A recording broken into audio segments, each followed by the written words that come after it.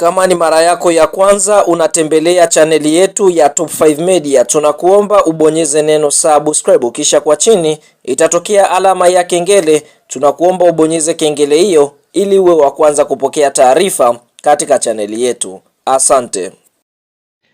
Mchezo mkubwa wa ligi kusoka Tanzania bara almaarufu kama NBC Premier League, mechi ya mzunguko wa 28 ambayo ilikuwa ikisubiriwa na wadau wengi wa soka nchini Tanzania na nje ya mipaka ya Tanzania. Ni mchezo ambao uliweza kuchezwa katika uwanja wa New Amani pale visiwani Zanzibari, ambapo mchezo huu uliweza kuikutanisha klabu ya soka ya Yanga Sports Club wakiwa wenyeji dhidi ya kikosi cha timu ya soka ya Azam Football Club, timu hizi zote zikiwa zinatokea Dar es Salaam, ambapo mchezo huo tunaona uliweza kutamatika mara baada ya klabu ya soka ya Yanga Sports Club kuweza kufanikiwa kuibuka na ushindi wa mabao 3-0, ambapo tunashuhudia Young Africans wameweza kulipa kisasi mbele ya Azam Football Club mara baada ya kufungwa katika mchezo wa hatua ya nusu finali kombe la CRDB Bank Federation Cup kwa mabao 3-2. Lakini kwenye ligi tunaona klabu ya soka ya Yanga Sports Club wameweza kufanikiwa kuibuka na ushindi wa mabao 3-0 katika mchezo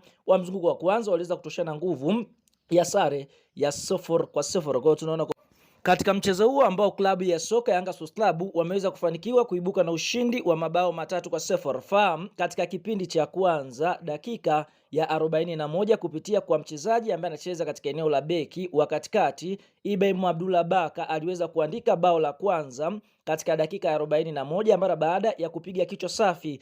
Ni kutokana na pasi safi ambayo aliweza kupigiwa na Prince Mfumelo Dube. Kwa hiyo tunaona Baka akaweza kusafisha makosa yake kutoka katika mchezo wa nusu finali ambao aliweza kuchoma na kuifanya Azam kupata bao la 3. Basi katika mchezo huu wa ligi kuu akaweza kufanikiwa kufunga bao na kuweza kusawazisha makosa yake, na mpaka kipindi cha kwanza Young Africans walikuwa wakiongoza bao 1-0. Katika kipindi cha pili tunashuhudia dakika ya 72 kupitia kwa Laurindo Dilson ama Depu aliweza kuiandikia klabu ya soka ya Yanga bao la pili kwa mkwaju wa penati, lakini kabla ya mpira kumalizika dakika 81 Profesa Pacome Zouzoua aliweza kuisaidia klabu ya soka ya Yanga kuweza kupata bao safi katika dakika ya 81, bao la kichwa kutokana na golikipa Foba kuweza kutema mpira mara baada ya Dube kupiga shuti, na kisha Pacome alikuwa katika eneo sahihi na kuweza kuiandikia klabu ya soka ya Yanga bao la 3, na mpaka mwamuzi wa kati anapuliza kipinga chake katika uwanja wa New Amani pale visiwani Zanzibar,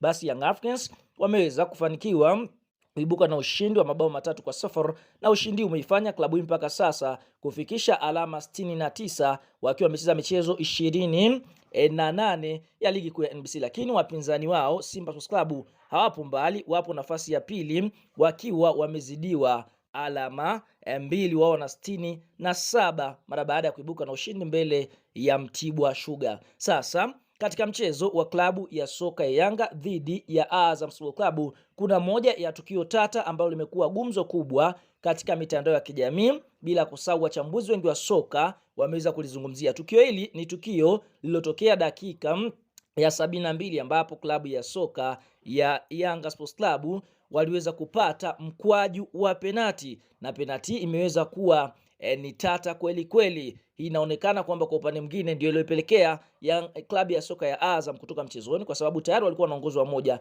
na penalti walikuja kupiga Depu ikawafanya klabu ya soka Yanga kuweza kupata bao la pili, kwa hiyo ikaondoa Azam mchezoni. Sasa fahamu penalti mazingira yake yalikuwaje. Tunafahamu beki wa klabu ya soka ya Azam Football Club Twalibu alikuwa akikimbizana na Depu, ambapo nashuhudia mara baada ya kuingia ndani ya boxi aliweza kupiga slide tackling, na slide tackling moja kwa moja mwamuzi wa kati Ahmed Yarajiga aliweza kuitafsiri kuwa ni penalti. Lakini ukiangalia kwa marejeo ya video, ukiangalia kwa makini, mchezaji anofahamika kwa jina la Twalibu wakati anapiga ile slide tackling aliweza kuugusa mpira, kwa hiyo aliucheza mpira vizuri pasipo kuucheza mwili wa mchezaji Depu. Kwa hiyo mwamuzi wa kati Ahmed Yarajiga hakutakiwa kufunika mkwaju wa penalti, kwa sababu sheria inasema kwamba mchezaji akishaugusa mpira, hata kama kwa upande mwingine mchezaji mwingine ameenda chini, basi tayari mchezaji yule alishaucheza mpira. Kwa hiyo kwa pale mwamuzi Ahmed Yarajiga